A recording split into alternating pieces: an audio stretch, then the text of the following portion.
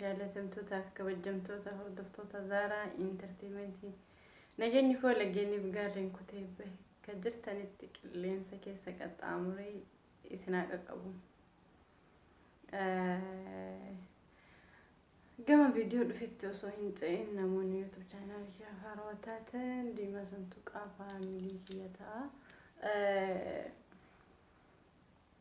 Viidiyoo har'aa kanarratti yeroo jalqabaa viidiyoo hojjedhu gaaffii deebii wal gaggaafachaa turre addaan kutee wanta biraa itti fufee isa sana addaan kutee akkasitti gatoo osoo hin taane wanti biraas sunis itti fufaa kunis itti fufaa jechuudha. Akkuma sa'aatii argadheen wanta biraas waan haarawaa ni hojjedha. Isa irratti har'as gaafiif deebii namni gaafii kana jalqaba irratti deebise badhaasa qaba.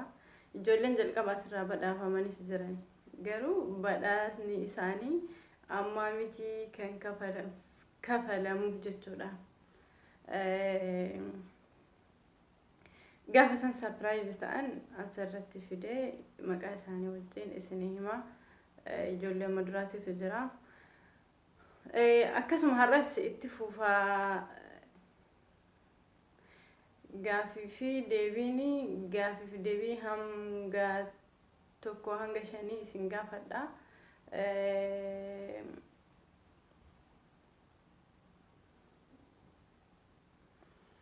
Gaafiin kun kan isin gaafadhu bultii keessaa jechuudha. Bultii hoggaa jedhu mana jaalalaa keessaa isin gaafadha.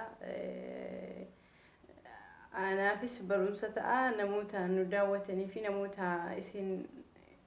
namoota biraatiifis ergaa ta'a jedhee yaada. Wantoota yeroo ammaa haala keessumaafuu amma yeroo ammaa itti jiru irraa waan tokko waan namoonni bebbeekan irraa isin gaafadha. Gaafii kiyya tokkoffaa maal jetti? Dhukkubni qilleensaan nama irraa namatti darbu maalinni? Osoo namni sun qaamaan sirra hin jirre namni sun bakka biraa ta'ee jechuudha.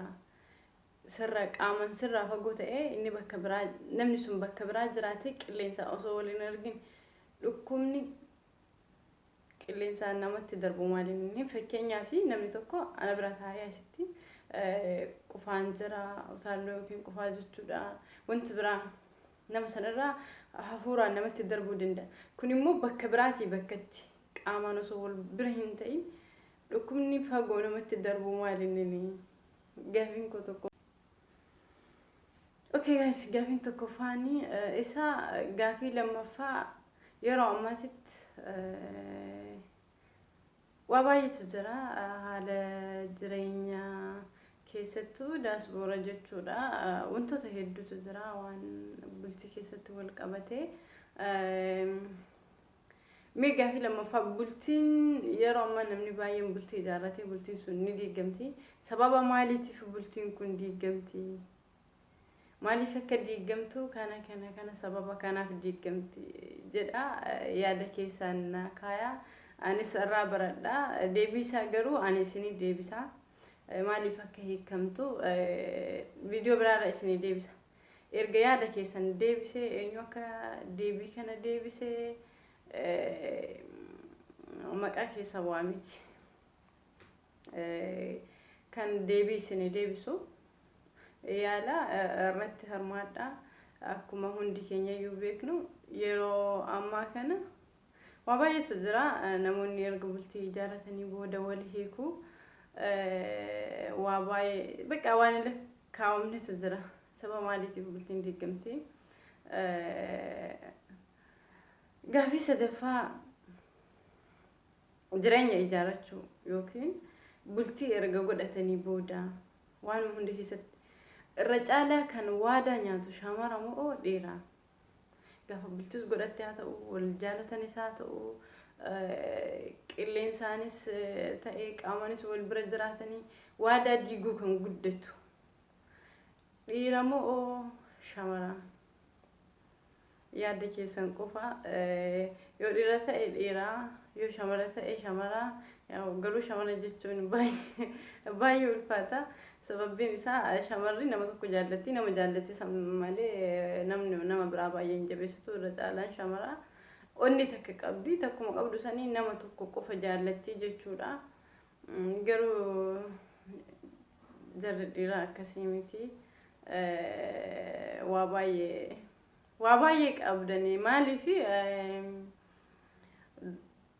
wanti keessan hin lakkaa'amu.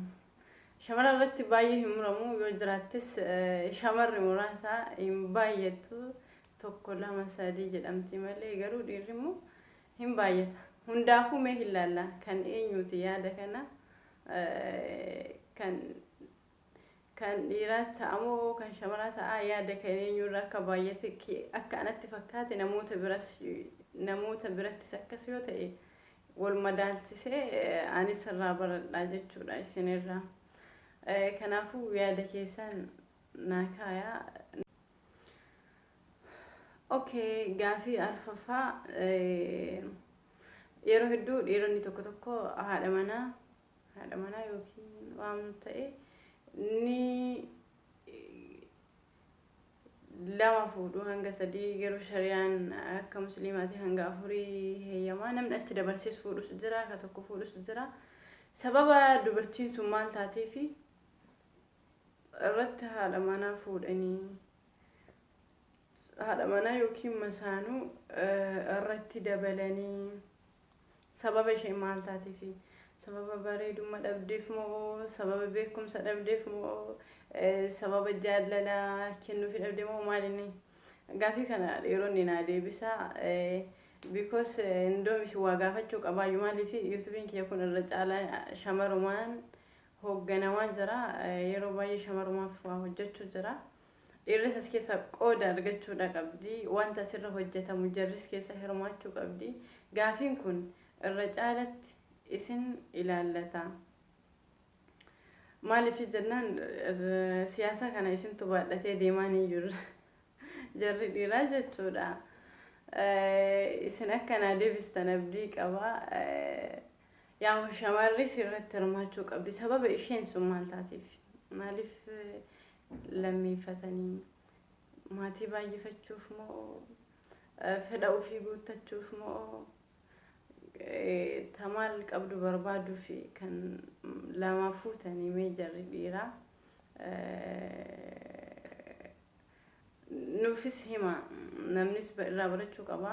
Wanti isin jettan sun shamarri ilaaltee waan yookiin shamara irraa hir'atu yoo jiraate shamarri immoo irraa barattee akka saapoortii isin gootu. Maaliif wanta isaan beekan yoo ta'eef wanta nuti beeknu kana wanta san isin waan nuti hin beekne waan icciitii yoo ta'e fiddanii nu barsiiftanii irraa barannee haala saniin shamarri kuwwanis isin qabuu dandeessee. Waa wal barsiisuun baay'ee gaariidha. Akkaan shamaraafis barumsa ta'u akkasuma jarri dhiiraas rakkoo keessan rakkoo dhuunfaa kan nuti hin beekne jechuu kan keessatti qabataniiti yaa yeroo baay'ee dubartii masaanuu hin jaallattu akkam feete illee taatu bakka hin feetu masaanuu miti dubartii biraa anama masaanuu hin barbaadu. Maatii baay'ee nan jaalladha garuu masaanuu namatti hin toltu. Kanaaf rakkoon keessa maal akka ta'e nutti himaas hin jedha. Gaafii shanaffaa haadha manaa keef haadha kee kamirra jaallatta? Sababbiin isaa hoo maali? Fakkeenyaaf yoo haadha kee irra jaallatta ta'e sababa isaa maali? Sababa isaa namootas barsiisi. Yoo haadha manaa kee ta'e dhiiraa fi gaafiin kuni haadha manaa sababni isaa hoo maali? Carraa gaariis naa ta'u. Gaafii isin gaafadhe kana keessatti